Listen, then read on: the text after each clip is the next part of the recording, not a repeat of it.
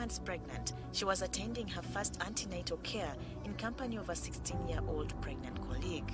Out of fear of being ostracized, the duo lied about their ages on the medical forms, and since carrying any form of identification is not a requirement, ordinarily nurses document the records as they are, but in the grand scheme of things, this obscures the capturing of statistics of teenage pregnancies in the country.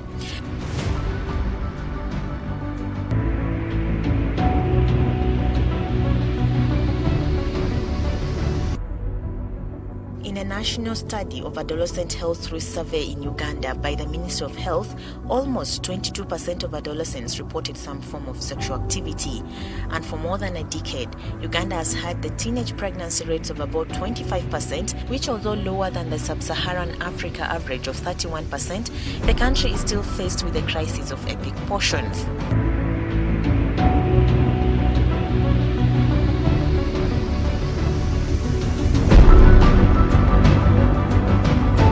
COVID has demonstrated to us as a society that the young people that we are dealing with are actually very active sexually. And what this means is that if we are to take on any interventions, they have to be comprehensive interventions.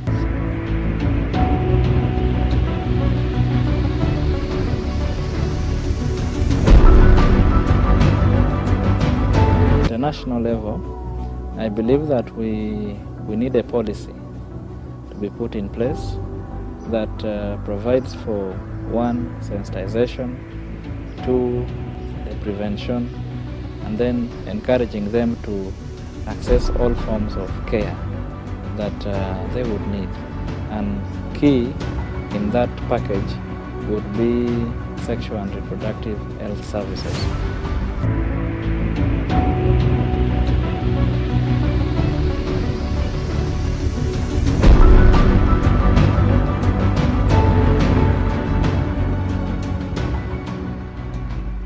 The Honourable Members of Parliament here present, officials from the government-line Ministries of Health, Gender, Labour and Social Development, the Ministry of Health, Ministry of Education, members of the clergy, young people here present, the teachers, parents, our online or virtual audience, ladies and gentlemen in your respective capacities. My name is Anna Kukundakwe. I work at the Center for Health, Human Rights and Development. It's my greatest pleasure and honor to welcome you all to this dialogue, a dialogue where we are going to share ideas, to brainstorm on the safety of young people in school. We all know that nearly a year ago, I think I was talking to my colleagues that last weekend was the normal weekend that we lived before the outbreak of COVID-19, and life was normal. And the nightmare that hit all of us is the same one that hit the young people in school. We know that the government took very unprecedented measures, but they needed to take them to prevent the spread of COVID-19. This definitely had an impact on the lives of young people in school, who had to have their lives scattered down and locked up in homes in very confined places where they only had themselves or their parents, and sometimes their parents were not available because they were either in the markets or wherever they were trying to make the ends meet. We know that Uganda is a very young population, predominantly dominated by young people, who constitute nearly 58% of the population that we have. These young people face enormous challenges that impact their lives both at school and at home. When we, as stakeholders, sat down and developed the National Sexuality Education Framework, we developed it for the people in school. None of us anticipated that there would be a time when there would be no school, and the school would be at home for those that had an opportunity to access either TV, a radio, a newspaper, or a smartphone to join a Zoom class. We had young people staying with their parents who had no idea on how to talk to them about issues of sexual and reproductive health and rights, but also to deal with the mental health challenges that they were undergoing through, seeing their parents fighting, tired of each other, and that constituted the headlines that we've all seen in the audio, in the video, and the impact we don't have to repeat it, it's evident. We know that for young people to thrive, and as even they develop, we need to take into consideration a number of issues. To my friends from the Ministry of Health, you cannot teach a sickly population. For someone to be in class to study the math, the biology, the history, or the literacy that you need them to study, they need to be healthy. And the definition of healthy is just not the absence of disease, but rather them being in the right state, both socially, mentally, and health-wise, for them to be able to take in whatever you're teaching them. So this dialogue gives us an opportunity to make an appraise, an assessment of the remedies that we've put in place, whether it's a learning process for everybody, whether we need to continue with this, or we need to change a few things here and there. It's you and I.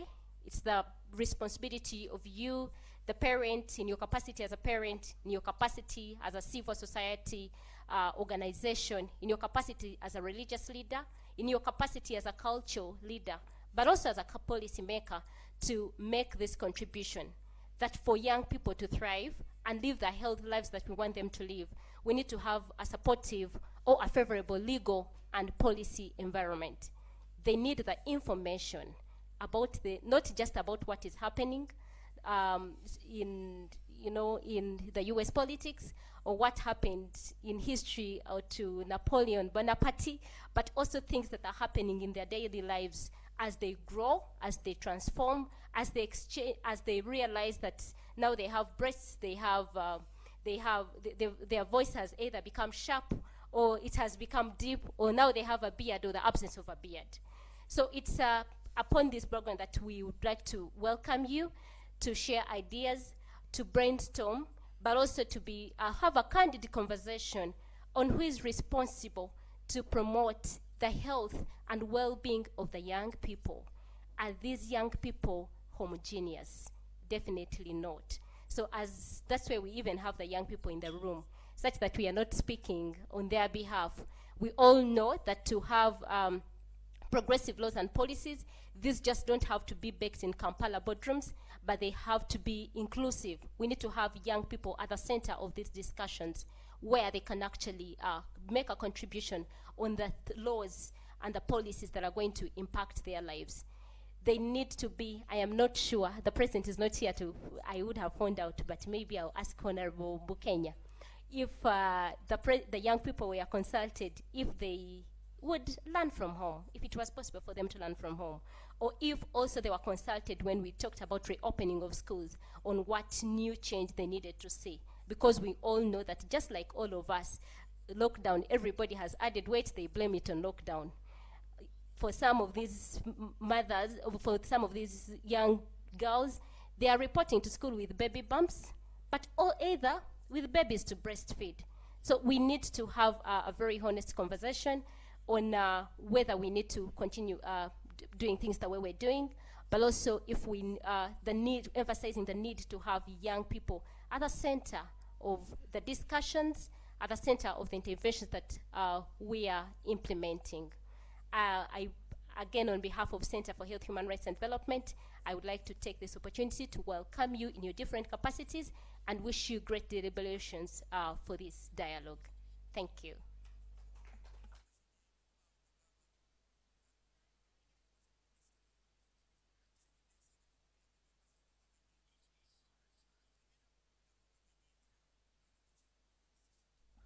Thank you so much, Anne Kukundakwe. My name is Humphrey Nabimanya, team leader Richer Hand Uganda. I'm so happy to be here, as today we are celebrating our new attire, joining our police force in Uganda. It was so amazing to see our dear friends, sisters and brothers, enjoying the road. It's when at least we having some good time. But also at the same time, we're also looking at, in the news today, New Vision 6, give birth during senior 4 exams. And also looking at so many that are going to school while breastfeeding. Some of them are staying home because they cannot be able to see the exams. as also others are complaining that their sons were not able to sit for senior 4 exams because they were in Tanzania playing football. So we have so many challenges as young people. But to join us today to give a keynote address on readiness of the Ministry of Education to reopen schools during the COVID pandemic at the during the COVID pandemic areas and times that is being faced by us, especially the young people in Uganda, I'd love to welcome Dr. Betty Chadondo, the Director of Family Planning and National Population Council, to give us a preamble to set up a very strong foundation on how our dialogue is going to really be moving forward. You're most welcome, madam. Thank you. Obugalo.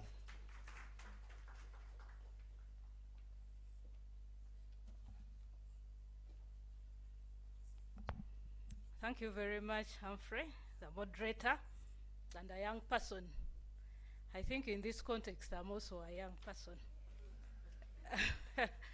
So, honorable members of parliament, colleagues, ladies and gentlemen, it's indeed a pleasure for me to be speaking at yet another e-dialogue organized by SEHAD on this other important discussion which touches, I think, every aspect of our lives, because it is either our brother, our sister, our daughter, our son. He cannot be a mother who is being affected because they are either not going to school right now, they are waiting for when their chance to get back will come, or they have actually dropped out of school altogether. And to just start it off, let me first greet my friends, the honorable members of parliament. I don't know how you always find time. But it is very gratifying when we see a number of you in these discussions. It shows the commitment you have to national issues, but it also shows the interest that you have in addressing and also helping us lobby for these issues in Parliament. So we appreciate and thank you so much. So as Anna has said, a year ago, we are all aware, this pandemic came and it has been spreading very widely. And of course, reacting to the virus, schools were closed. But this did not only affect Uganda, it affected the entire world. And we have been scrambling with every crisis, and we are now learning. It has shown us, well, given us opportunities, but it has also brought a number of challenges. And today, we are looking at the preparedness of a Ministry of Education. But I think for me, I want to broaden it out. We don't want only to focus this on Ministry of Education. What is the role of this for each one of us, and especially us who are sitting around the room? Because the mistake that we make is usually thinking that this should be addressed by the ministry, or this should be addressed by members of parliament, which is wrong. This pandemic is affecting all of us squarely, not one person, not your neighbor or the other person, but all of us. And we have realized over the past 1 year that education has been hit particularly hard by the COVID-19 pandemic. And the Ministry of Education, through a survey, has come up with a policy brief that shows 15 million learners have been out of school due to the countrywide school closures. And of these 15 million, fortunately or unfortunately, 52% are adolescent girls and women. And I think we really need to pay emphasis to what is happening to these girls and women. But we are also glad that the Ministry of Education has agreed, after this 1 year, that schools should reopen, and reopen in a manner where they are observing the SOPs, and also ensuring that prevention measures are going to be addressed. So we are very, very grateful for this gesture, but we struggle to find light in darkness. It is safe to say that COVID will end up changing education forever, casting a critical light on everything from equity issues to use of technology to financing schools to relying on donor support for the education sector in this country. So ladies and gentlemen, as Anna has alluded to, before COVID-19, Uganda was experiencing some recurrent challenges, including disparities within the education system. The COVID crisis has exacerbated the pre-existing education disparities by reducing the opportunities for many of our most vulnerable children, the youth and adults, especially those that are living in poor or rural areas. It has affected the girls, it has affected the refugees, and you are aware that we have quite a number that we host in this country. It has affected persons with disabilities and displaced persons to continue their learning. What we have observed, as the chair or moderator has pointed out, what is in the news today, the dropout rates across the country have risen as a result of this massive disruption to education. More children will continue dropping out of school, unfortunately, or will not have access to school as schools gradually open due to the pandemic's economic impact on families. Similarly, and on one hand, the education disruption has had and will continue to have substantial effects beyond education. Closures of educational institutions hamper provision of essential services to children and communities, including access to nutritious food. I want to make an assumption that most of us are aware that some children go to school because they want to feed. When meals are not being provided at school, they will keep at home. I happened to work in Karamoja between 2011 and I think towards the end of 2019. And the season when food is being provided in school, there is full attendance in these schools. When there is no food in school, then there is dwindling attendance in school. So this is impacting on the kind of children that we are going to have if as families we are not able to provide food for them. COVID-19, ladies and gentlemen, the travel restrictions and also downsizing on the number of staff that have to be physically present at the places of work has also affected the ability of parents to work as they have to stay home with their children. We usually tend to focus on the education roles of schools, largely ignoring the ways in which schools provide free and essential care of children while parents are at work. And I am one of those who kept praying that can schools open? Because just thinking about what to do for these children at home has been a very big challenge for many of us. It has been a challenge that we cannot program for them. When you wake up, what do you do? Some of us were not even able to engage them in physical activity. Some of us were not even able to just structure some kind of program over a day. And it became a very big challenge, and it remains a big challenge. Those who have little ones that they keep in daycare centers were also equally affected because the child can't go to school. So even when you had to go to work, you couldn't go to work. So we are learning so many things that schools have to offer us, even as parents or as caretakers. Number 3, the COVID pandemic has increased risks of violence against women and girls exposed to early marriages. So this is no doubt, it has been in the papers. I think it was 3 months in the COVID pandemic that we started hearing numbers of girls who are getting pregnant, getting married. And this is no challenge. For us, we depend on not seeing our girls in the home helps us to plan for them differently. But as long as we see them, breasts are growing, they are also growing in stature, then the next thing is, who can take my daughter or give me a few cows and take her for marriage?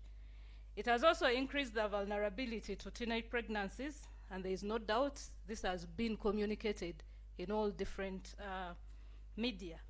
But also with increasing physical pressures and declining development assistance, the financing of education could also face major challenges, exacerbating the massive pre-COVID-19 education funding gaps. The sector already had challenges with funding. And now that we are receiving even less, what is going to happen? We have a very big strategy or strategic plan, and now with the programming under the NDP3, we really need the money. So without the money, it's going to be a little bit tight for the Ugandan community to see our girls going through the education system, but also getting skilled. Ladies and gentlemen, there has been some hope. And on the other hand, our honorable members of parliament and colleagues, let me first of all appreciate and applaud the Ministry of Education and all the partners and training institutions that have supported the continuity of education and have adopted innovative approaches in support of education and training continuity. Many teachers, mainly in urban settings, and school instructors quickly adapted to the new modes of teaching, promising a future of learning and trying to ensure that no one is left behind. The country had radio and television programs. We saw a number of take-home packages in newspapers. We heard that these were also being distributed. And we also saw development of online teaching through different virtual Zoom, I don't know even what kind of classes, but all this required gadgets. So how many Ugandans were able to make this available for their daughters and sons? So this is the question that we put. Even with the availability of gadgets, I had a phone, for example, but was I able to access internet so that my daughter is able to attend some of these classes? And lastly, but something that keeps pondering, were we able to even supervise that when we leave these gadgets with our daughters and sons, they are actually focusing on the lessons that are being delivered and not doing other things like watching videos, engaging in pornography? So there are so many questions that technology may arise, even when we think about adopting to the new normal. We also have observed opportunities for students during the pandemic to learn in new ways. Parents have reported that some of their children have learned how to do household chores. And this is a very big achievement, because for the urban child, it is always the maid. But if we can see that our children now are able to wash clothes, even at very tender ages, I think it is opening new doors of opportunities for those in urban areas.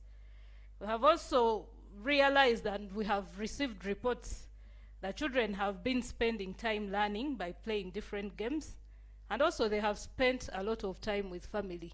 That now children are able to tell, this is my father, this is my mother, this is what my father thinks about me, because this opportunity has always been a challenge for many of our children.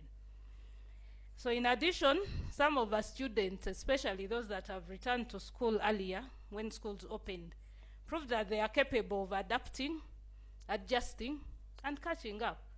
So the reopening of schools does not leave us in vacuum, but it is trying to bring back the way of teaching that we had, and we are able to adapt in the system.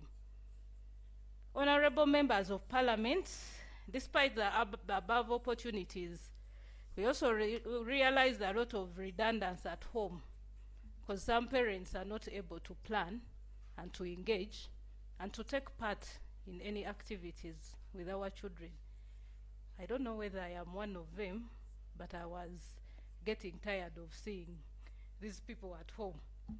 And then these accelerated opportunities that we have talked about, the changes in modes of delivering quality education, bring everyone on board and ensure the imperative of leaving no one behind.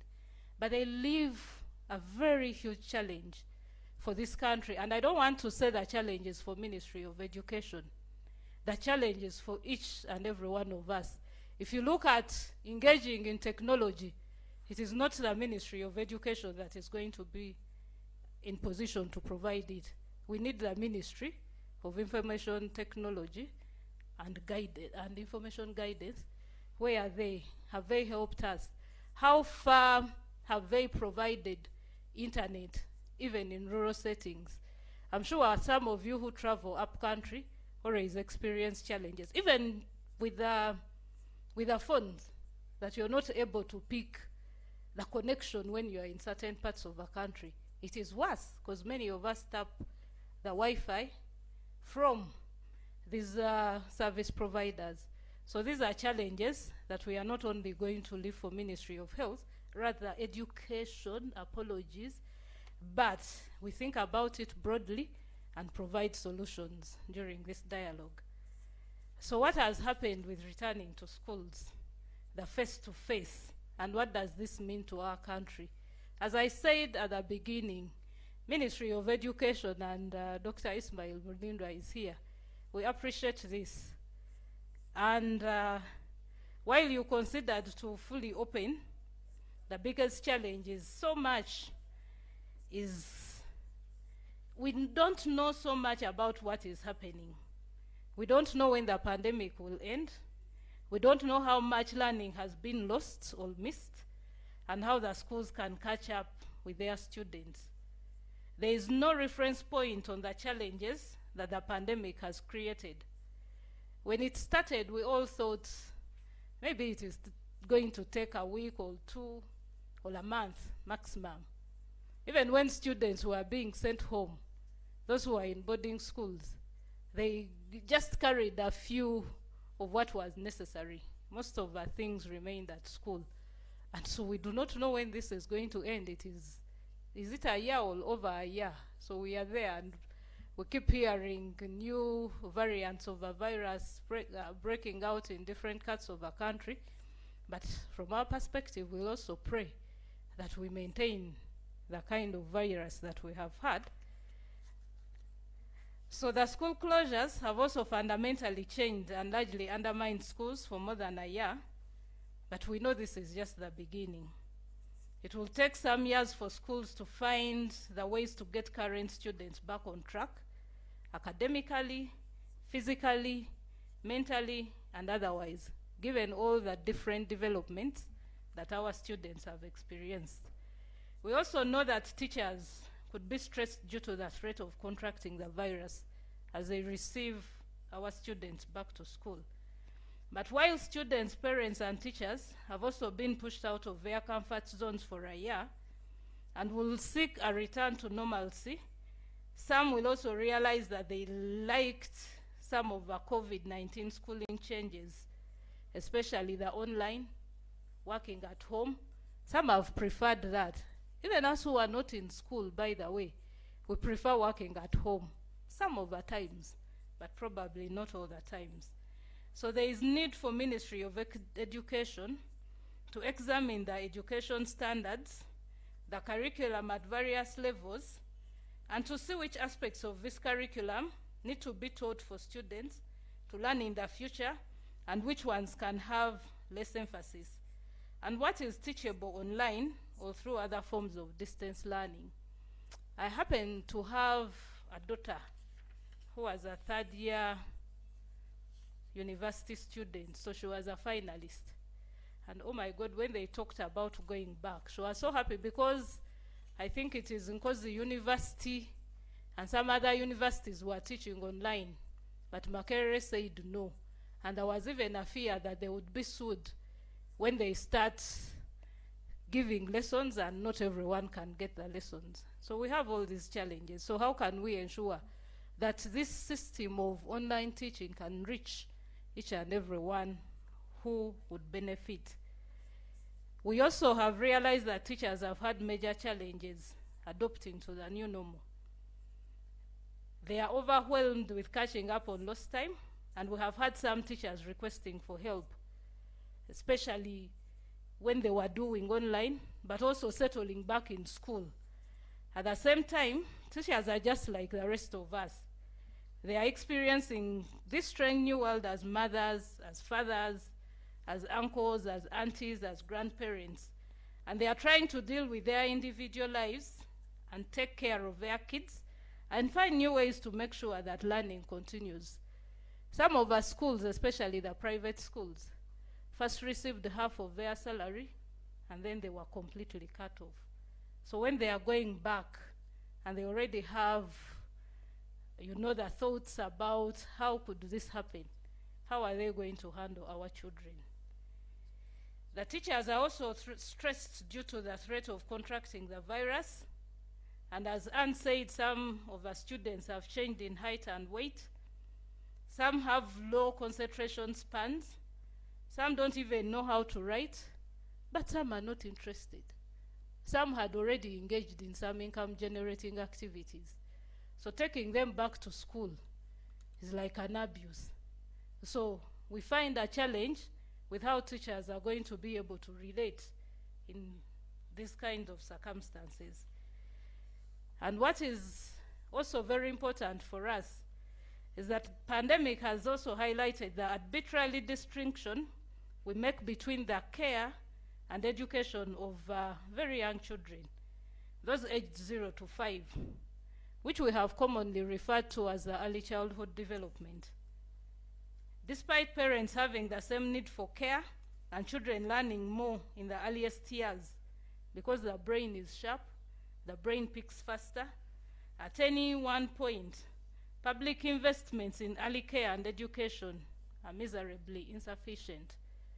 And there are studies that have been conducted that have shown that the early childhood development centers have mainly been supported by private providers and not the public.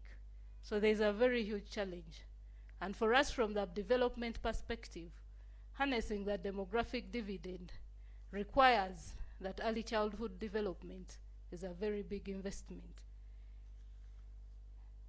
We also have a school feeding program. I alluded to it in the beginning. And we have realized there are definite food hardships for households, with some reporting that their children did not have enough food to eat during COVID. But we also realized, I think it was only in Wakiso and Kampala, where food was distributed. So the Ministry of Education and the Ministry of Health have come up with a program, the school feeding program. But we also want to understand what is the plan of implementing this program and also rolling it out across the country. The pandemic and recession have also affected nearly every facet of higher education. I gave you an example of my own daughter in my house who had her own challenges, and then going back to school, they had only 2 weeks to prepare for exams. But the return was also slow because some of them had the money, others didn't have the money. So by the time they had to do their exams, I think they had lost half of the class.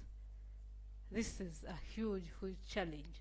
And we also know the rates of transition from the different levels, primary, secondary to tertiary, are already affected. So the pandemic has caused a grave challenge for completing tertiary education.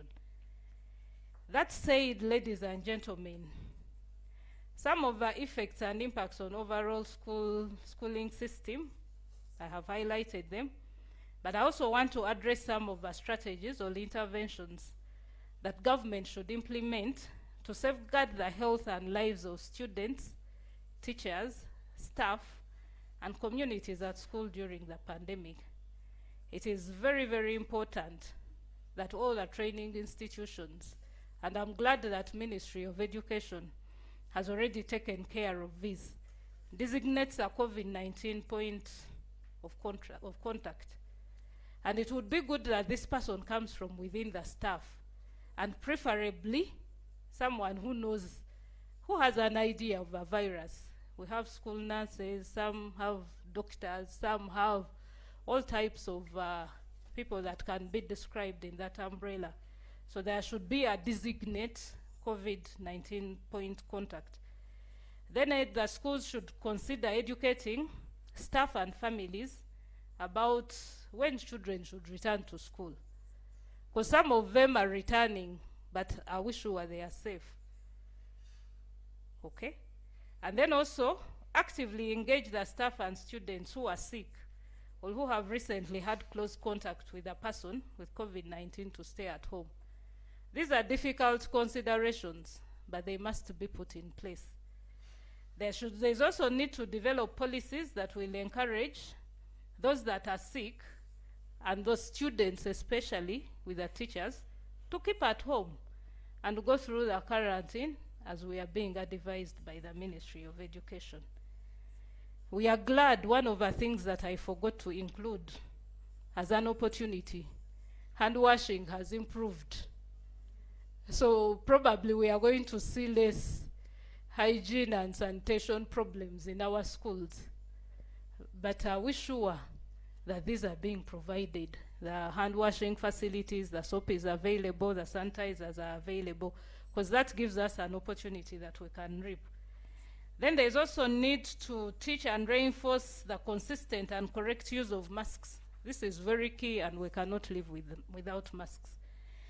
Then also, schools are encouraged to ensure that they post different, whether posters or even if they just draw as a school, that this is how COVID spreads, this is how we should prevent it. Because I have told you we have different learning capacities, but we also forget. So that our students keep reading this, and it keeps that communication should continuously be going around the school in very simple but clear terms. Then we also need to make changes to physical spaces. When I thought about this and I was writing it, I was imagining the numbers that we have in our schools. Some children even sit on the floor, and we are talking about distancing. But this I leave to the House to debate. It is not easy, whether it is in public schools, whether it is in private schools, there is overcrowding. I always use an example. My daughters have gone to Namagunga. When that school was being established, it had to take on 300 students. As we speak, there are over 1,200. And the structures are still the same. It was only in 2018 that, after contributing to putting up a dormitory block, it was finally unveiled. And the other contribution that has happened is increasing the size of a dining hall and the chapel. But the classrooms, the dormitories that were meant to house 300 students are housing over 1,200. This is a challenge. Then consider cleaning and disinfecting, issues of ventilation, frequent water supply, limit crowding in communal spaces. I don't know how this is going to happen because lunch is provided within an hour. So if we are saying maybe they serve and sit elsewhere, but the rain season is coming very soon, what happens? Then also consider participating.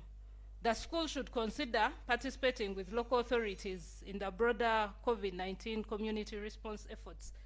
Because I know that at district level, the DHO is leading teams to ensure that if there are any cases that are being reported, they are easily taken care of. That also the prevention measures keep running in all different institutions. So the school should ensure that they are part of that.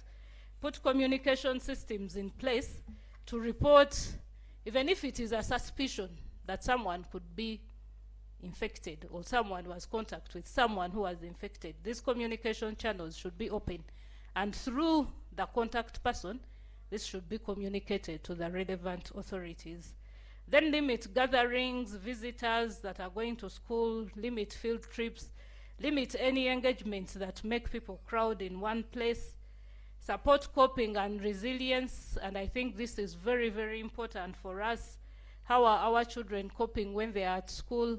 How are the teachers coping when they are at school? Those that have gone back breastfeeding, how are they coping? What has been put in place for them not to be stigmatized? So all these should be taken care of.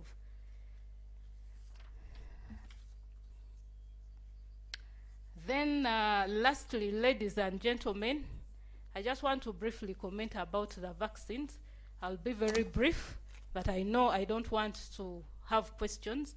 The vaccines are here, but we don't know when they will be distributed in schools, because I think they have considered the first beneficiaries are going to be those that are exposed, the frontline workers, and the categories have been explained. But we also need to have an idea, when are we, some of us who keep in these boardrooms, likely to receive the vaccine? So in conclusion, ladies and gentlemen, and the honorable members of parliament, and I see many of you are my friends, we need to focus our energies on creating health, preventing illness, and promoting wellness for the teachers and students. The COVID pandemic has caused untold devastations, not only in Uganda, but across the world. Yet it's also revealed some interesting truths about education. We know that the unprecedented lockdown and subsequent closure of schools has not only resulted in irreparable academic damage, but also created many other problems for the children and their teachers. But we have also realized there are so many opportunities that the COVID-19 pandemic has put on our table. So as we ponder and discuss, can we think about these?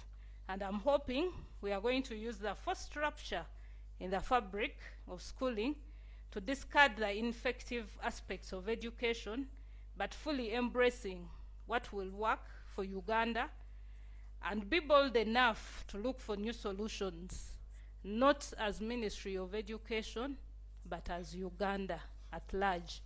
Thank you very much for your wonderful audience, for God and my country.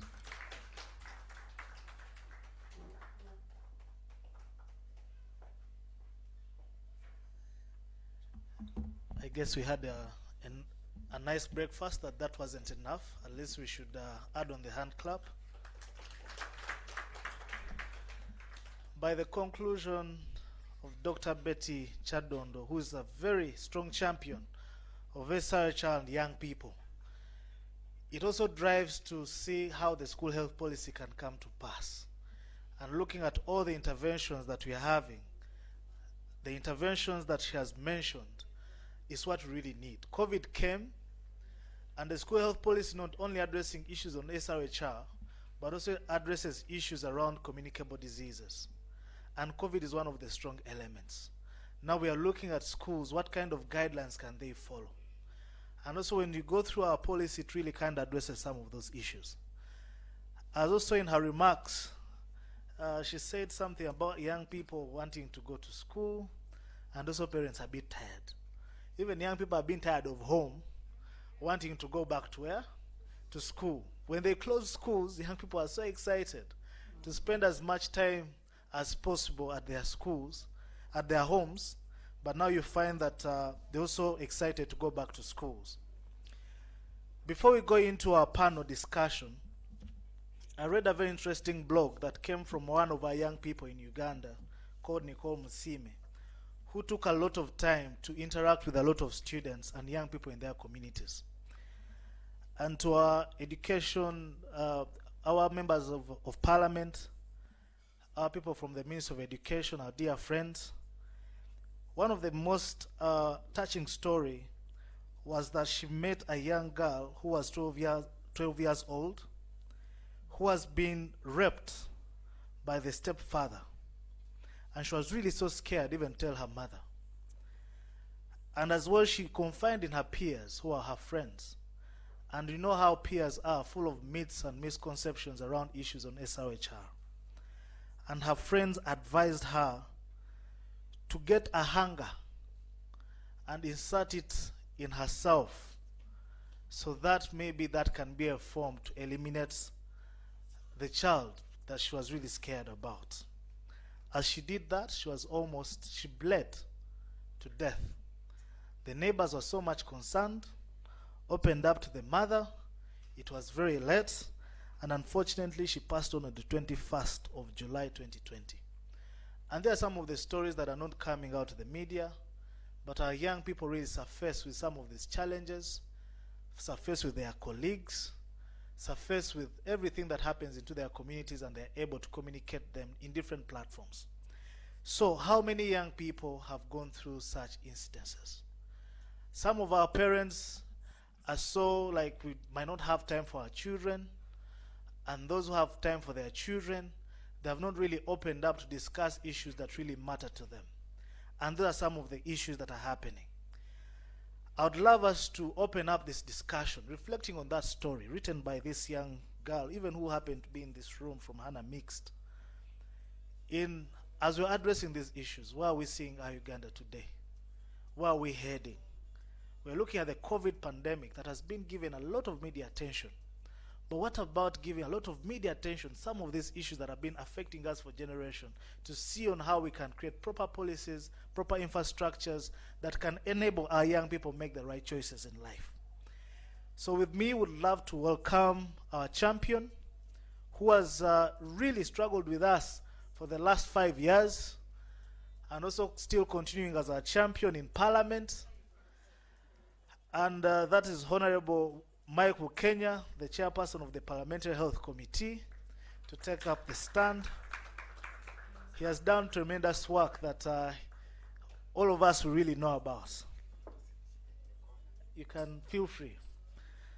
And also I'd love to take this opportunity for us in the NGO space. Sometimes we call him our papa. He comes in different spaces. And also at the end of the day, he struggles as much as possible to make sure that what is right, and what is wrong, it is wrong. But also he has been our pillar in the Ministry of Education, and that is the Director of Basic and Secondary Education, and also a champion of young people and SRHR, Mr. Ismail Mlindwa. You're most welcome, sir. Also in the room we have strong advocates, and these are members of the school community. As we're talking about the school health the school health policy, the school whole approach in terms of how we can address issues around health and SRHR and young people, we cannot leave out the frontliners, and those are the teachers that we're having today.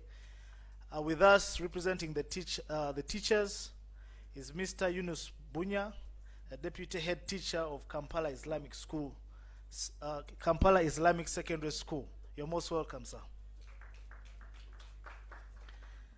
Engalo tezimala ate we are live on TV. Thank you. Also, I'd love to welcome Miss Chiange Fatia. I'm so sorry to murder your name if I have, but I'll try as much as possible to practice. The Deputy Executive Director of SEHAT. You're most welcome. Also, not leaving out the young people, with us we are having Treasure Chirabo, a student of Hannah International School, that will be joining us.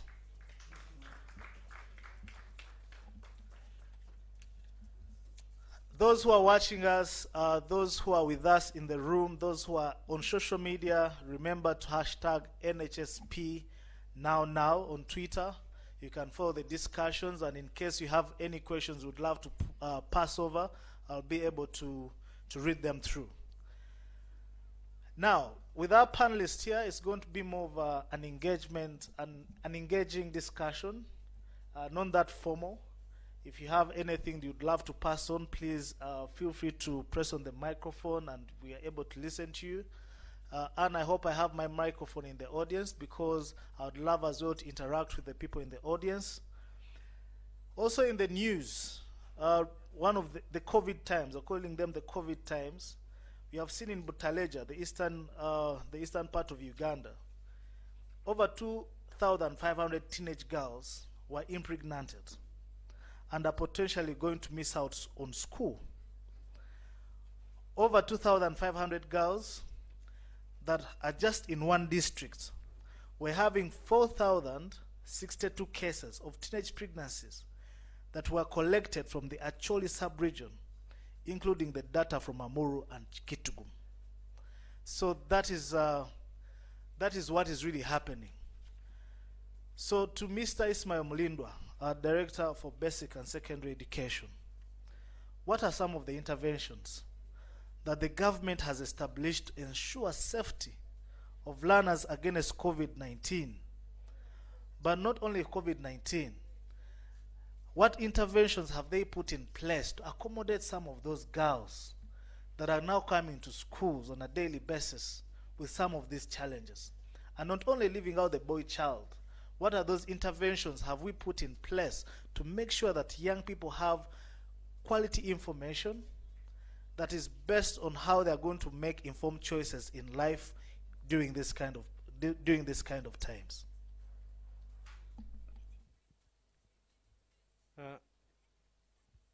Thank you, Humphrey. Thank you, colleagues. My brother here, Honorable Kenya, and other members of Parliament. This is an opportunity for me to come and engage in this dialogue, especially at this point in time. But before maybe I answer to your question, I need to appreciate Dr. Chadondo. I think she's becoming a commissioner in the Ministry of Education and Sport.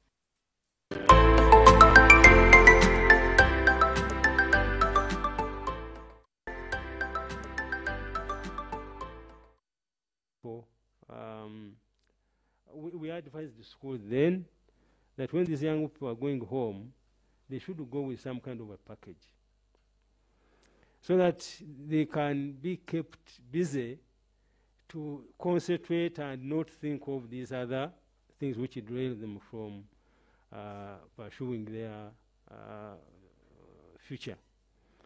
And we followed this by quite a number of other interventions. We gave materials, like again, Dr. Chadon pointed out. But one thing we need to appreciate, because I know people are joining there, want to ask questions. Yeah, okay, materials, but me, in my home, or my brother or sister, not have even chance to look at this. Yes, at that time, we are operating, of course, in a limited budget. We didn't have resources for COVID. You know how it came. And we had to really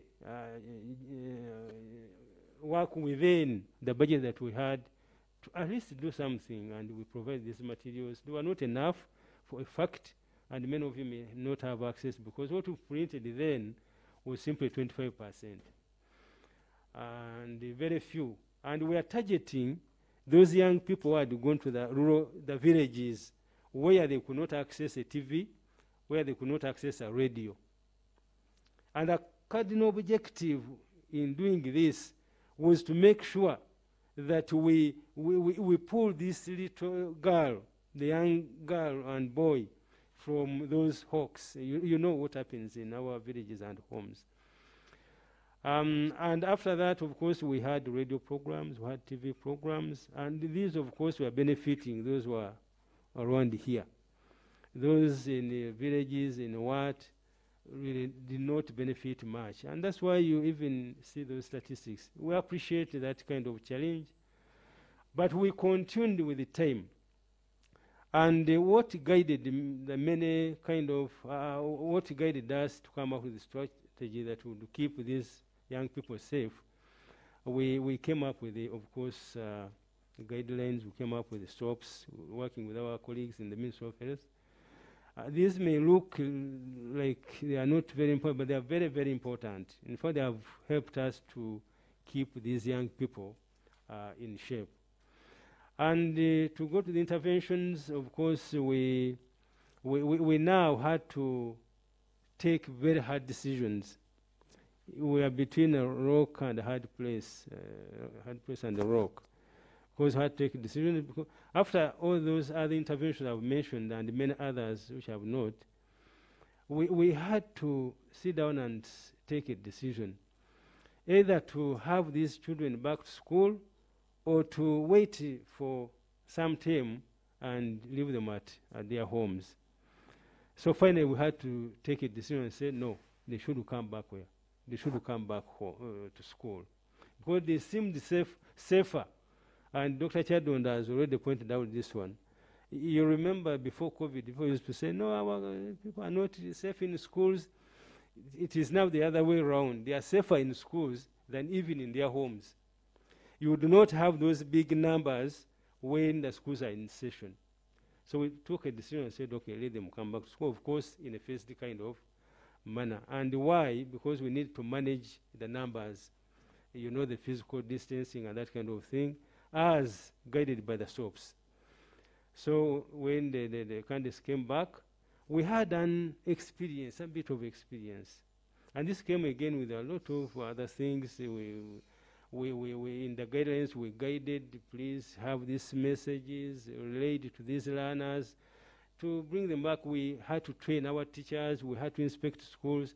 All these, we are again targeting this young person so that he comes back to school and safely. Now, when we got that experience, it now helped us to plan even more, to have others coming on board. And recently I've had the candidate classes have continued very well. I need to point out this. We didn't have many incidents incidentally. People thought when our children go back to school, maybe it's going to be bad and worse, and it didn't happen that way. I want to report officially. Officially, we didn't get as many cases as people would expect. We had one school around town here where we had some challenges and worked with our colleagues in the Ministry of Health, and the situation was brought back to normal. So we need really to thank our schools. They tried their level best to keep our learners safe. So that one helped us now to bring back additional classes, which have already come back, and come back in a very, you know, abnormal situations normally call for abnormal kind of responses. Members have to appreciate this because it's an abnormal situation. Incidentally, I didn't maybe introduce myself. I'm Director of Basic and Secondary Education, but at the same time, I'm the Chair, Covid-19 of the Ministry. Yep. So all what I'm talking about, those kind of programs you see in the newspapers, I take responsibility, finally. So you must have seen the program that we are coming up with is very, very disturbing. So I'm studying for this. Because in principle, again, we agreed, we said, okay, we shouldn't lose a year. We said we shouldn't lose a year. And we did all this to save the young people. Because if we had lost a year, these people would have been at home longer and they would have been exposed to these many, many challenges. So we took that decision, and now they have come back in a staggered kind of way so that we can also manage the SOPs. That's generally about their coming back and related to COVID-19. But generally, there are many other interventions, Humphrey. I know I'm not doing well in time, but we have done so many. Sexuality education framework, you know. And again, I was at the forefront on this. I was coordinating the development of this framework with my colleague who is in the audience there, Mr. Semakula. So we have that framework. Of course, we had challenges here and there, but I want to report things are almost normalizing now. And I want to thank Doctor here because I remember one time we had even a discussion over this, and he was very supportive. That framework was meant to address the many challenges Dr. Chadon was talking about facing our young people, you know. So those challenges, we have tried over time to address the challenges, and now we seem to be there. We are seeing light at the end of the tunnel. And I want to report, we're implementing the framework, because there were some media kind of reports which were saying, no, the framework was put on hold. Never. The framework is on, and we are implementing components of the framework. For example, it's already in our curriculum. You should be aware of this. The new curriculum has a content of the sexuality framework. The school health policy is also, and many others I will maybe share as we move on. Mr. Mlido, I'm going to come back on the interventions because that's a very important area that we need some time, and also to ask also your colleague, Mr. Semakula, in the audience. But also with Eunice, being that your boss is on the same podium, you as a teacher, we know we are talking about young people in schools, but also we have handed over the responsibility of these young people to the teachers. So at least would love us to know, if even Mr. Mlido is here, what kind of challenges are you facing that now you have students back at school? I mean, for so many months we have been talking about the challenges that COVID-19 has impacted on teachers. We are looking at them not being paid salaries. We have seen so many TV shows whereby they are talking with teachers and they are telling us about so many challenges they are going through. But now also you've been wanting to go back to school with your students, with you being as a parent of these children. What kind of challenges now are you facing, so that we can take it up from there? Thank you. Thank you so much. My name is Bunya Yunus Kasuja. Kasuja is a family name. Let me just go straight to the point. To the point. You know, the impact of COVID-19 to teachers started actually when the schools were closed. Let me take you back for a few seconds, then I'll go back to your question, because you're talking about challenges that the teachers are facing currently, but the challenges go from way back when the schools were closed. For example, many teachers lost their shelter. Many of us were renting. So by the time of around July, they were sent out of the houses, especially those who are teaching in private schools. Landlords wanted money, and the schools were not providing such kind of money because they were closed, and it was open, they were closed. Teachers, at least some lost their jobs, I think, and I'm sure about this. Many directors sold off their schools and made them into apartments. You've been watching this on NTV. Many schools turned into apartments, so the teachers lost jobs. There are some teachers who were there, but depending on these schools. Some of them lacked food. I'm an example of that. When the government was giving out food, gentlemen came to my home. They found me standing in front of a garage. When they saw me, they just left. But I'm a teacher, and I deserve my share as a teacher. So many teachers suffered with this, and we have a challenge as teachers in Uganda. We hate coming out to show our grievances, because we have a feeling our students are watching us. If teacher Eunice is doing this and this, how can he teach me? So teachers, I think we are the most calm, disciplined, and should I call them patient people in Uganda, because we had a lot, but we just kept quiet and suffered locally or in our beds. Teachers also lost value. A teacher during COVID-19 pandemic, actually at the start, no one regarded teachers as important. I'm sorry to say this, but even the government, we are lucky that COVID-19 came and at least exposed the government on how they feel about teachers. Because even if you look at the day, the World the Teachers' Day, for those of you who watched NTV, the celebrations took in some part of the country, seated on desk, but other people are recognized. But this time around, someone may come out and say they were given, is it 18 billion, 22 billions, which we don't know where that money is up to now. I'm a teacher, and I'm telling you, these are the challenges. Some of them had family breakups because you cannot provide food. Which kind of man are you? Wives had to leave their families, for the man could not provide anything, and so many other things. But there is another thing that we learned from the COVID-19. COVID-19 opened the minds of teachers, and they started small businesses. And as we talk now, many teachers have refused to go back to class. Because of COVID-19, they have started their own business. Others have gone for chapati, others have gone for boda boda, and they are earning. By the time we called them, they wouldn't respond positively. And others are saying, because currently the schools cannot pay full amount as it used to be. They are paying you daily. You come and teach, sweat for the whole day, you get your 20,000, go back home. With my size, I can't even buy a shirt. I'm using my own example. 20,000, maybe a vest. So teachers find themselves that going for the 20,000, you'd rather ride a boda boda, earn at least 40 a day if possible. And very many things that teachers have at least learned from COVID-19.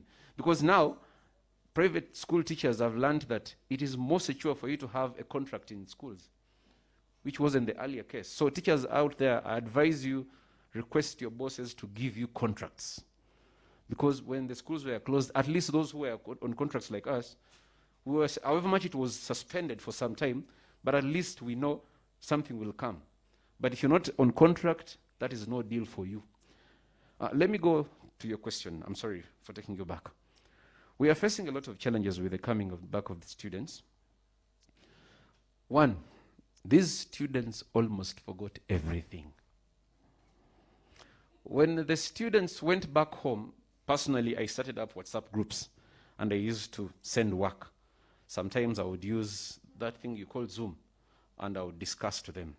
But remember, I'm not earning. I'm using personal data.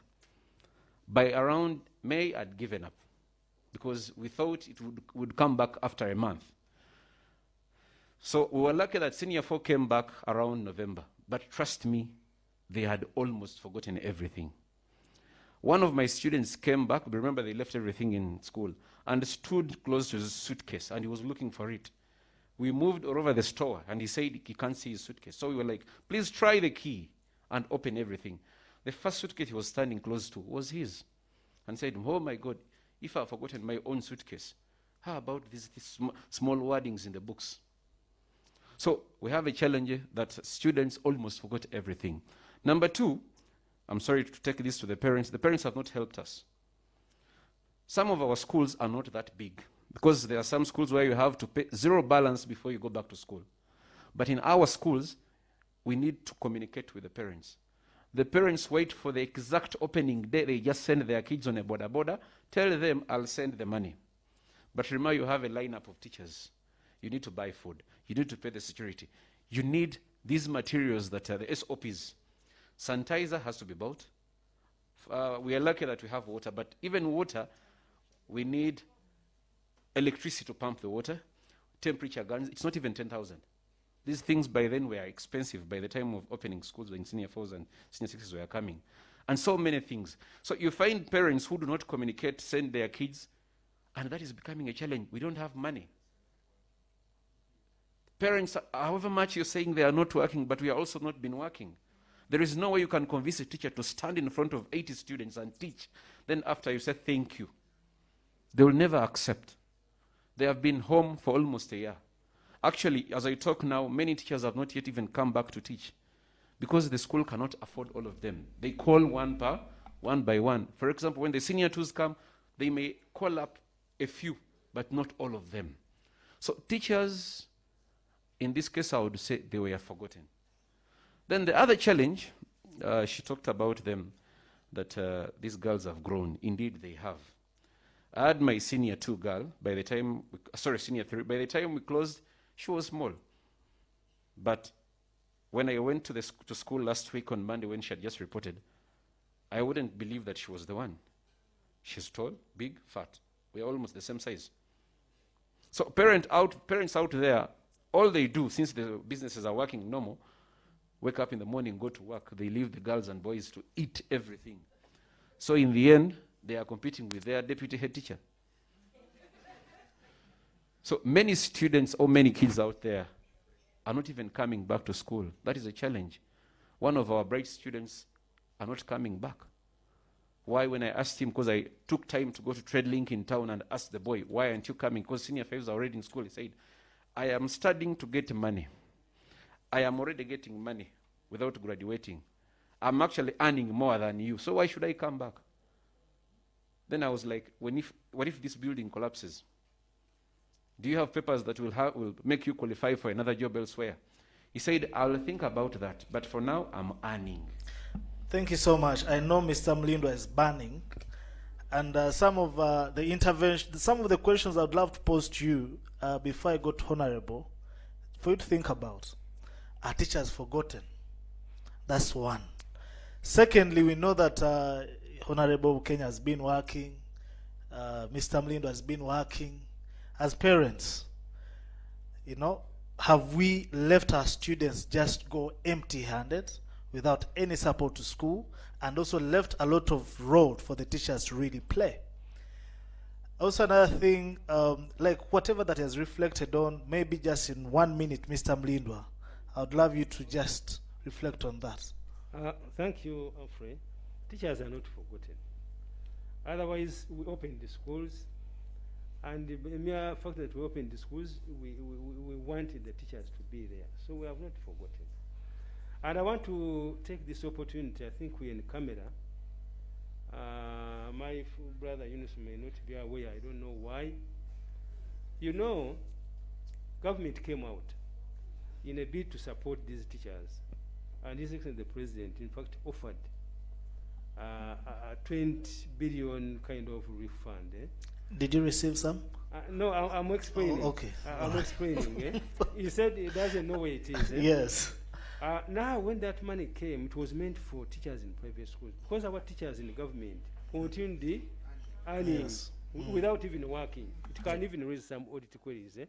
But our teachers in private were not earning. That's why the government came out, His Excellency came out and said, let's give them some 20 billion. But that money was supposed to be a revolving kind of fund to help them grow it so that they can now engage in those other kind of activities which he has mentioned.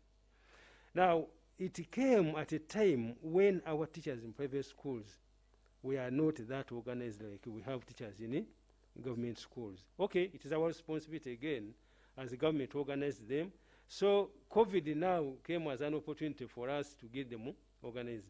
So what we have done so far, we have mobilized the teachers right from Bukuya, whenever you can find out. From schools, they have formed their structures, and on Friday, that's why I said we're in camera now, maybe NTV can pick it. On Friday, that's when we have a national conference where the teachers are going to come and elect their national executive, and therefore be able now to manage their funds. So they are not forgotten.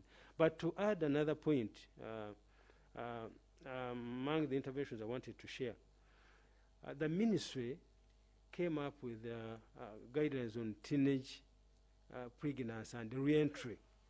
This is a key kind of intervention to help our learners be able to manage situations that would put them into that kind of awkward position where they can conceive or get pregnant.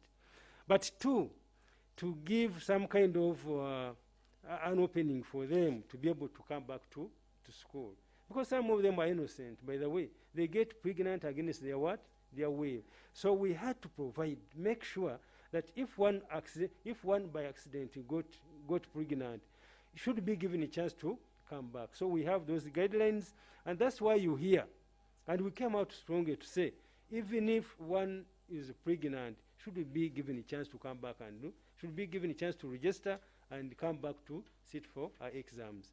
So all these are key interventions that the ministry is doing to make sure the young people are kept safe and their hopes, their future can be secured. Thank you so much, Mr. Mlindwa. I hope most of the teachers watching, they've got the interventions created, and also to be aware about the revolving fund that has gone to the private teachers.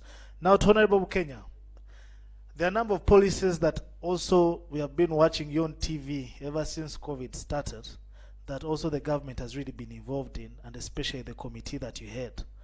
We have the National Docent Health Policy, we have the School Health Policy, we have also I don't know this word, that one, of the National Sexuality Education Framework. Because we have talked about it being passed, it being in place, but the question is it operating in schools? And also are teachers like Mr. Eunice and other teachers who are watching aware about this framework? If passed and implemented, that would solve so many health challenges that our young people are facing while in school and also out of school. What has been the contribution of Parliament to expedite some of these, expedite their finalization and implementation of these policies? Thank you, Humphrey. I don't know whether I should start there, but anyway, in view of the fact that time is fast spent, I'll get to the meat itself. During Mr. Mulindwa's discussion, he talked about our involvement in the discussions on all those policies. The sexuality education framework, I think the first challenges to implementation came from Parliament and the religious leaders, but we have been actively involved in discussions, Parliament, religious leaders, and the parent minister, Minister of Education, to see that we come up with a middle ground on where to start. And secondly, the school health policy, the national adolescent health policy, they are all in place. But recently, I think working with the activists from SEHAD, we put the ministry through the speaker to task to see how far this has gone, and I think that is how some of the things are being captured in the curriculum. And these are really very important because most of the people are concentrating on, from the COVID experience, most of the people are concentrating on children missing school and missing out on the bigger picture. We already have very big dropout rates, but the bigger picture involves, Mr. Mlindwa talked about children being allowed to come back to do exams. But then there are those who didn't come back to do exams, not only for financial reasons. I think a few months ago, I buried a senior 3 girl in my constituency, just in my neighborhood. She conceived and hid from her parents and went to procure an abortion. And then in the process, by the time the parents discovered where she was, I think she had about 3 hours or 4 to live. And unfortunately, she passed on. And these policies are intended to equip these girls with life skills and see that we are able to equip them and to protect them from what may make them leave school. So these different policies in this particular COVID experience, I think, would have helped us to protect especially the girl child from missing out or dropping out of school, not only because of the financial reason and not only because of being pregnant and coming when she's pregnant, but also to protect herself from becoming pregnant after being equipped with these life skills. COVID has brought us a big challenge in that you see when you listen to people talking about SDGs, leaving no one behind. This one showed that is actually, we are still very far from that, because you heard from the teacher himself saying that, you know, kids came back when they knew nothing. And I'm sure he teaches in an urban school where people have access to everything or most of the things, unlike the ones in Vukuya who can't access anything. So, and in Parliament, we've been struggling to see how we do that. Government came up with a policy of buying radios, but most members didn't agree because the procurement challenges and others are really a big problem. Because if the posho didn't reach, if the bins didn't reach, now would the radio have gotten there, and how many people would get time to get there? So it is a big challenge. And whereas pupils in international schools were studying, the ones in the villages couldn't do. And you know, we already have big challenges. But I think as Parliament we have learned. Fortunately, I'm one of the lucky few who is going to go into the next one to be able to see how we come up with a hybrid of online virtual education vis-a-vis the physical one. How are we going to sort out the discrepancies in the attendance of school in rural versus urban? Because primary school they are close, rural being 85 and urban 91. But when you go higher to secondary, I think secondary they have about 38% in urban school-going age who attend secondary school and 14% in rural. All those things we have now to find solutions because they have been exacerbated and come out clear in COVID. And also issues of internet have also come out clearly. Reports show that 48% of Ugandans have access to internet, and that is also a big challenge. So as we plan as a parliament, as a nation, we see that we have to move on. But going back to the question which you asked, the policies are already in place. We are only going to put more pressure to see that they are implemented, because this was a wake-up call that would have helped us protect our children. Thank you so much, Honorable Kenya. I think that the policies are in place. It's our job to support Honorable, to put pressure. To support Mr. Mlindwa. And also to support Mr. Mlindwa. Yes, and the Semakula, because they are the ones in the kitchen doing the cooking and implementing. Not to only bash them, okay, but we see where the challenges are No, on the roadblocks, and we remove them and we thank move you. together. We're going to put good pressure, not the other pressure that we all know about. But I'd love, Not the public court. not that one. Yes, I'd love Chirabo Treasure to look at both the government that is next to you, because I've said we put good pressure. You as a young person in school, how are you adapting to the new mode of learning? And another, what will be the recommendation? Now, this I would love you to give, to look directly to the government, and that is Mr. Mlindo and Honorable Kenya. What are your recommendations that the government and schools should put in place to enable you learn comfortably as a young person? Thank you very much.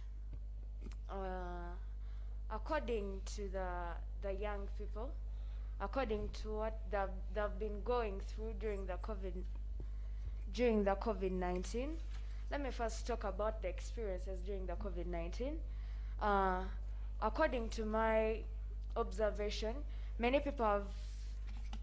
of the students have failed to cope up with the new mode of learning, starting with, let me say, the online classes. There are the few that were able to benefit from the online classes. But now let's look at the unprivileged, those in the villages who are promised radios, but they are not able to, that the radios were not available to them. They were promised newspapers.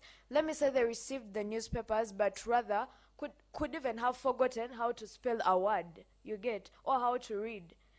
Yeah, so many people did not benefit from, let me say, the strategies that were laid. Let's talk about these girls that ended up getting married, these girls that ended up getting pregnant. Let me say they're forced back to school. You go back to school, you're in that, like, you have that tension. You cannot share with anyone. You have friends, these friends, if I share with my friend, maybe my friend will start talking to others. You have teachers, these teachers, if they get into the staff room, they can't fail to judge whatever they've observed from students. They are so-called senior women teachers. This senior woman teacher will be like, let me share with one friend. Munange, togamba muntu. That one will be, let me also share. Lugamba goes on throughout the whole school. This girl is messed up, this girl is poor. They do not forget that their generation, those days, the stories they used to tell them are bads. Those are the stories they used to tell them. But now, children of this generation, even they see in cartoons kiss, media opens them to these things. So, I feel like these young people have failed to cope up with this new mode because they have a lot of things on their mind. They cannot share with anyone. They are facing a lot of things. Let me say that child who used to enjoy sleep at home. You're coming back, they're telling you 3 weeks to your nib. You're trying to wake up at 4 by 5:30, you're dozing. They resort to Miller, which is a drug. They resort to coffee, a lot of coffee which has caffeine.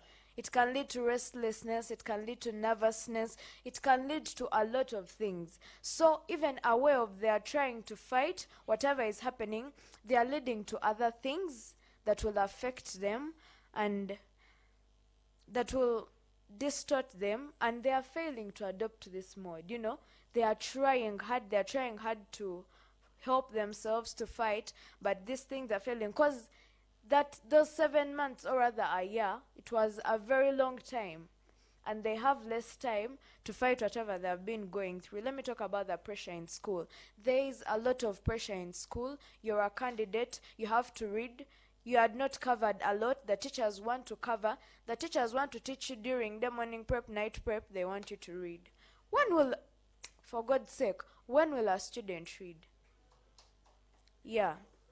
So, and this thing of loss of memory, personally, I went back home 1 month, I was reading, the 2nd month, the 3rd month, the 4th month, I started, Then I was like, I love singing. So at first I had resorted to books first. I'm like, Treasure, you got to read your books. After books, you will sing. I'm like, this lockdown, it doesn't seem to end soon. I sit down, we write songs with my friends. We go record. In the 7th month, we are recording.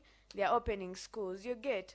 So I go back to school. I'm still in my mood of studio. I'm still in my mood of singing.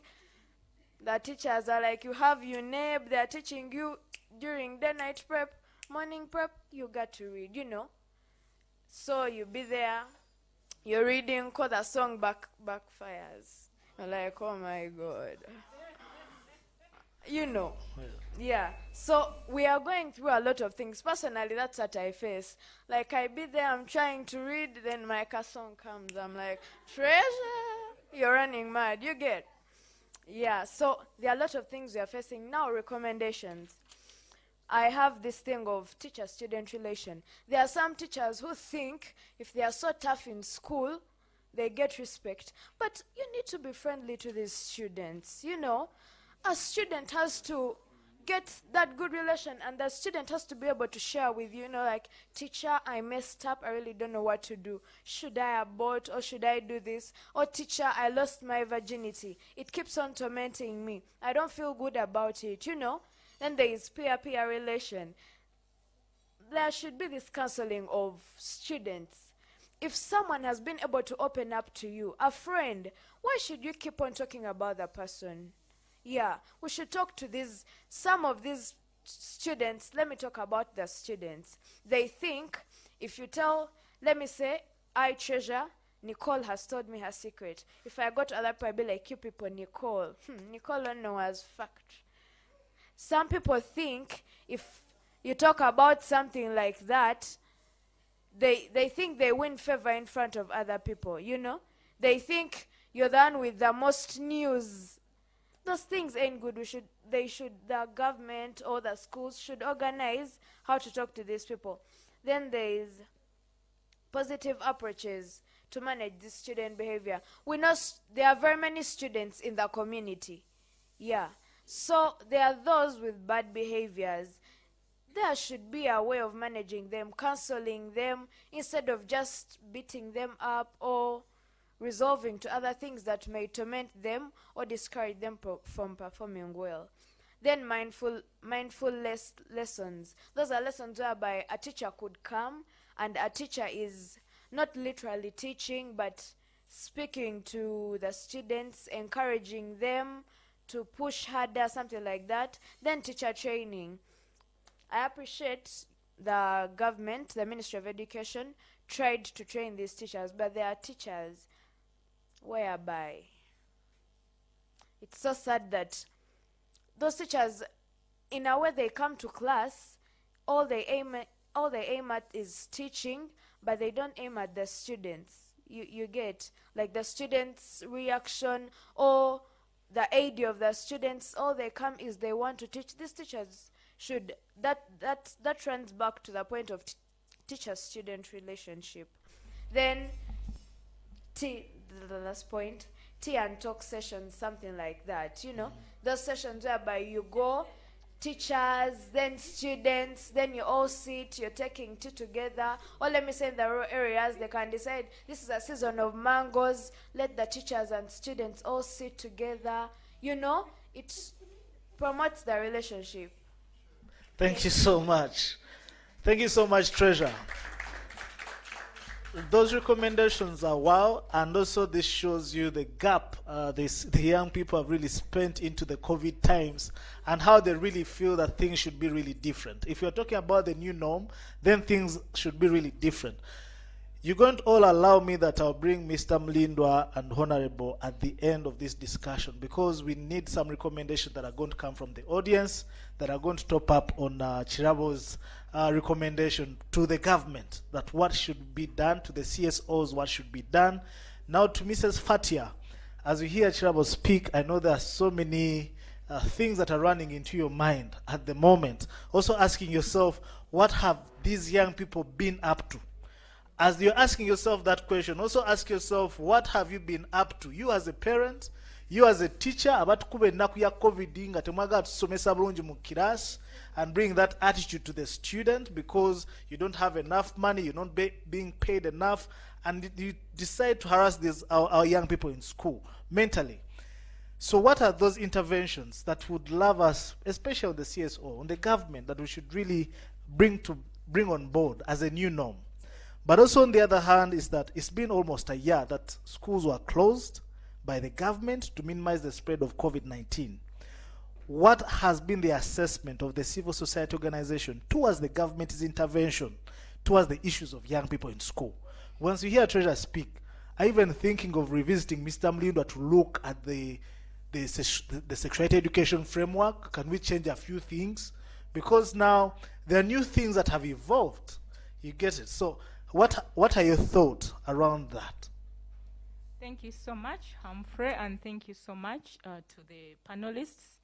I think building on to what has been discussed already, and also from Dr. Betty Shadondo, I want to add my voice really from the perspective of CSOs, civil society organizations, to applaud and to thank the government, first of all, for taking quick action in March. That decision to close schools was really a decision that was about health protection for the young people, and it definitely worked, and it actually really prevented the rapid spread of COVID amongst the young people. So we applaud you as CSOs on that. We also applaud government for the decision after a whole year to let the young people go back to school. I think, again, that was a welcomed decision from the civil society organizations, because there are so many problems that have arisen out of young people being at home for a whole year, and those have already been spoken to. We also applaud government for those guidelines on teenage pregnancies and re-entry into schools, and more so allowing the young girls who are pregnant to take their exams. I think for us CSOs, that was a great decision by government. As Mr. Mlindwa rightly said, some of these girls did not get pregnant by choice. And also maybe we as government officials, CSOs, parents, communities are responsible for them to have got pregnant. How can we even think about why the girls got pregnant? The issues of sexuality education, have we given them the education beforehand? Maybe most of them we could have prevented those pregnancies if they had full information on their sexuality. But also at the Center for Health, Human Rights and Development, we are struggling with girls as young as 12, as young as 15, who are pregnant, not from strangers, but from being defiled even by their own relatives for that case. So how do you then not consider that girl to get back into school and for her future? Because again, you can see that some of these girls, that was really not their choice to get pregnant. But also maybe thinking about that a bit more, have we even taken care of the space, the school spaces where these girls can be comfortable and take the exams? What about the stigma? Have we thought about the psychosocial support they need within schools as they do the exams? Because they can also walk out of exams because of the stigma that is being directed to them by the school community. So right from that point, I think psychosocial care is critical. And I'm also taking that from what Chirawo is saying. I'm a mother of teenagers. And let me tell you, a few weeks ago, my 18-year-old requested me to have a counselor. How many parents will be comfortable with that request from a teenager? I was comfortable because I know what it means. I'd observed the stress and almost young people going into depression because of being home for a long time. So for me, for a young man to ask for a counselor, that was brave enough. I could only do anything I could to make him access a counselor for young people, and that made everything so smooth. It enabled him to go back to school very comfortable because he had got counseling. So again, the psychosocial support. Chirabo has mentioned that a lot, counselors. And I read the guidelines for reopening of schools. And there is something around psychosocial support, a bit of something around discrimination.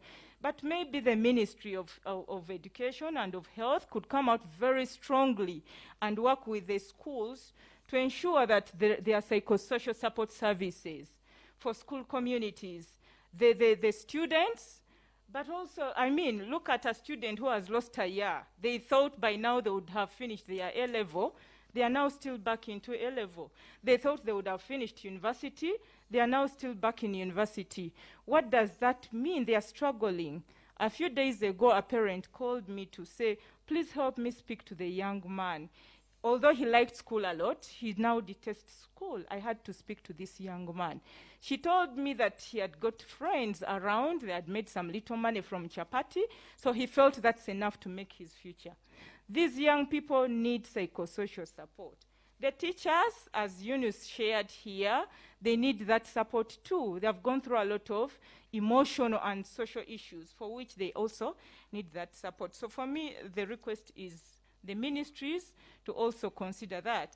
But also, I think around the policy frameworks and the legal frameworks, what have we learned from COVID-19? If 6 months down the line, COVID is gone, are we going to remain with an environment without policies that recognize situations of emergency, or is it the opportunity now to even review existing policy and legal frameworks to incorporate these lessons so that 2 years down the line, if we have even local epidemics that are not pandemics, Ebola can easily do the same.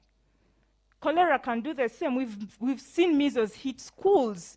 Are we going to say we did not learn from COVID-19? Maybe it's the opportunity for us to have stronger policies, more comprehensive policies that are holistic enough to look at all the different situations. When it comes to the temporary halt of preschool education that Dr. Chadondo spoke to, yes, it's a good decision by government, and we know there are good intentions. Maybe because the little ones cannot maybe wear the masks, maybe they can't wash their hands, probably they'll pick up anything in schools, and maybe that could be the reason. So that decision is protective. But have we thought about the other side, where the little ones are staying at home alone with maids, the parents have gone to work, the bigger siblings have also gone to school? Isn't that likely to actually accelerate child abuse? We saw that video. Isn't it likely to accelerate that? Then the benefits of early childhood development. Some of us are what we are because of that strong foundation, which we got from pre-primary school. Are we losing all that? Yes, it's temporary, but I think we need to encourage government to also consider measures so that it doesn't go into another year without these pre-primary schools, because they are also very useful. And then, what about whose child is going to stay at home? We are speaking now about issues of equity. Parents such as us who are here might also decide, I'll take my child to an international school so that they get this stage of education. But how many Ugandans will be able to do that? Maybe very few. So we need to also consider all those issues. And then I want also to comment on the vaccination. We are now talking about vaccination. Government is making plans.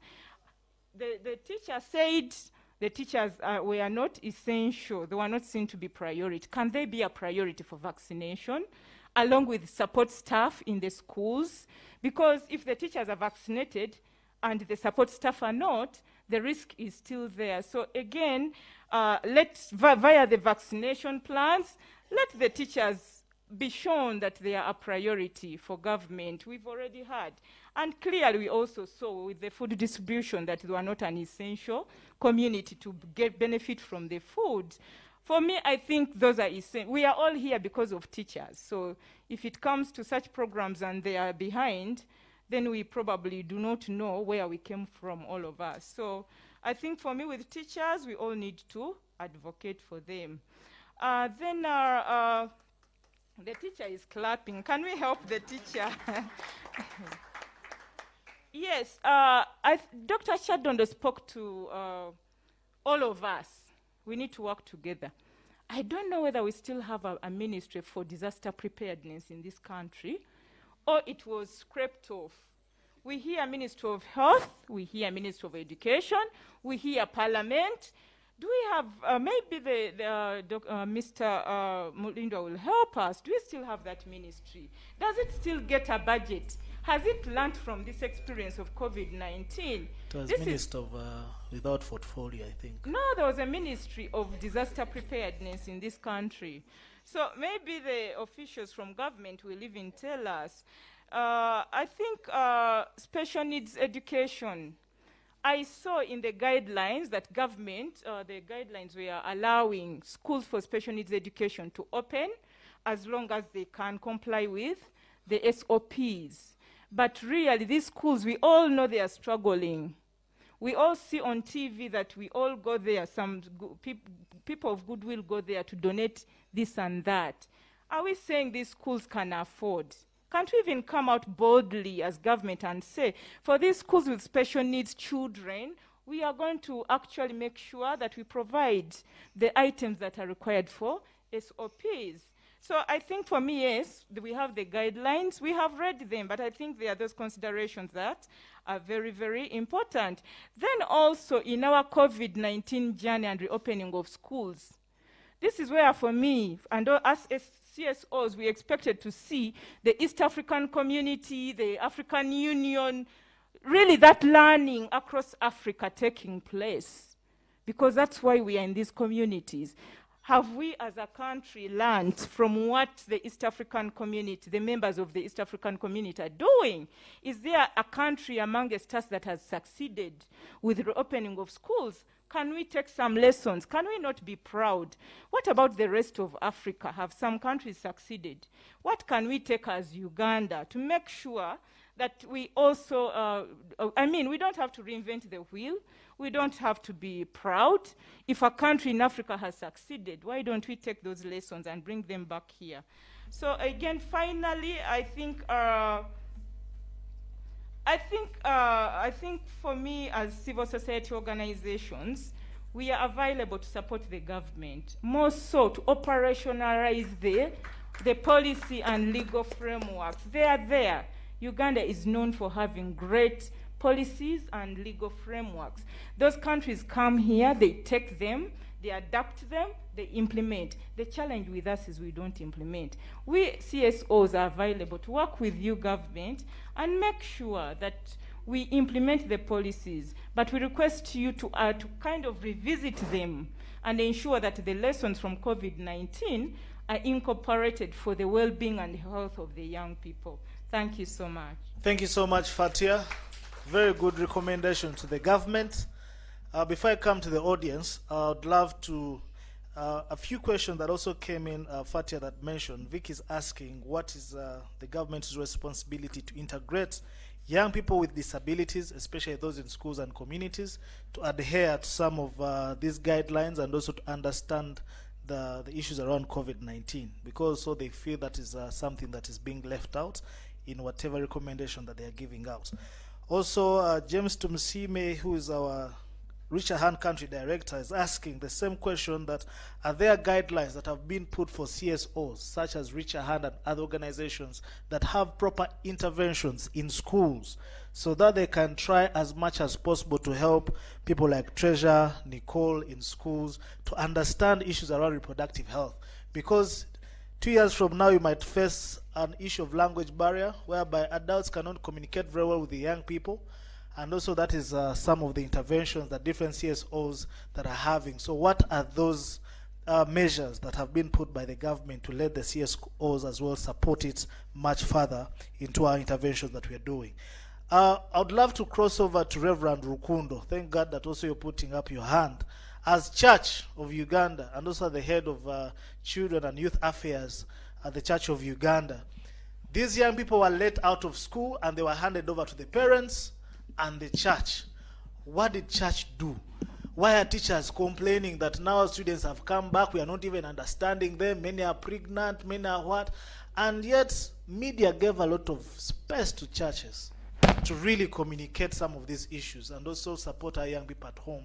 What were the challenges? What did the church do? Thank you very much, and I want to appreciate, allow me just put my mask so I can be clear. I love to hear Minister of Education come out and say what the church is actually interested in. As faith leaders, I think when I hear Mr. Mulindwa say that Minister of Education is creating hope, I think that's what faith leaders are all about. Faith must create hope. I believe that COVID has taught us that without hope, we don't have anything. Medical people were shut down, schools were shut down, politicians couldn't have us an answer, and I think after COVID now, we need to see hope for our young people. And having a voice for hope, which I hear ministry saying we are creating hope for everybody, is what the faith leaders must stand out to do. I think this country sometimes needs to create hope a lot more for young people. And what I heard Dr. Chadon as well say is the circumstances are not the same. We all must accept that what happened has affected all of us, parents, young people, business people, teachers. So there's no one who's not affected. And so I must agree that things are not the same. We can't move the same way. And so what am I proposing, and what have we been doing as a church? I think as a church, we must continue to be the voice for every child. We have a slogan as a ministry for young people saying, giving every child opportunity. Ministry of Education, we all know that international schools are learning. Those who have money are learning. What about the poor people? What about these who can't afford? What happens to the people who can't afford these services? I want to hear government and everybody come out for everybody. The young children that you've talked about, these innocent children staying at home with maids mistreating them. So as a church, we're saying, can we give every child an opportunity? And I want to hear government, I want to hear us, and that's our voice as faith leaders, to say, everybody, those who don't have, can we see the ministry interested in them as well? Because when I hear international schools learning, and I'm saying, is this country for international schools only? Or is it for everyone? The other thing that we need to see is, and I like my young person who said, stigmatizing them. Teachers stigmatizing children, the young people also stigmatizing each other, parents stigmatizing. Can we stop stigmatizing young people and encourage them to be who they are? Those who have made mistakes, this is not their end. If you've got pregnant, yes, you've made a mistake. Can we support you? Can we encourage you? Medical centers, can we welcome them? Can we stop stigmatizing young people? Mistakes are common, they happen, they've happened. Let us not stigmatize young people. And I think as faith leaders, that's what we're saying, that every child must not be stigmatized. Let's welcome them as they are. And then maybe lastly, I know that there's, and I've heard ministry saying that they are going ahead with the comprehensive sexuality framework. I know that faith leaders, we are very reservant about that. And I think that we need to think about, while I support, and I want to talk to Honorable Minister, as you come from the Parliament, what I know what our religious leaders supported is the sexual offences bill.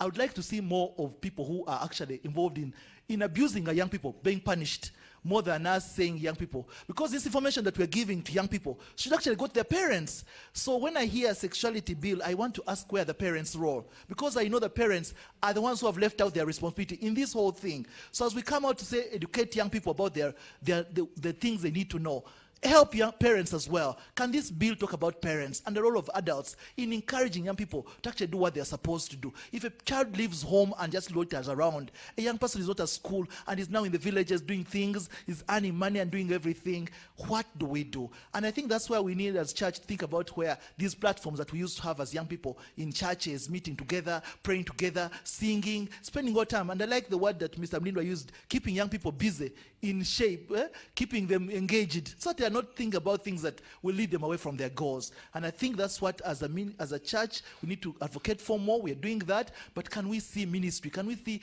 all of us as stakeholders working towards our young people, keeping to their focus, to their future, in shape of what they want to achieve? Thank you. Thank you so much, Dr. Rukundo. The issue of sexuality education framework has to be expounded on more. So we need the church, the ministry, the parliament to come together, because it's also now we see where the challenge is coming from. If we leave responsibilities to our parents, as we're having many numbers of teenage girls getting pregnant on a daily basis, but how do we work together as a consortium? So I'm going to allow about 3 questions. 1, 2, 3. So we shall start with Duncan from UHMG.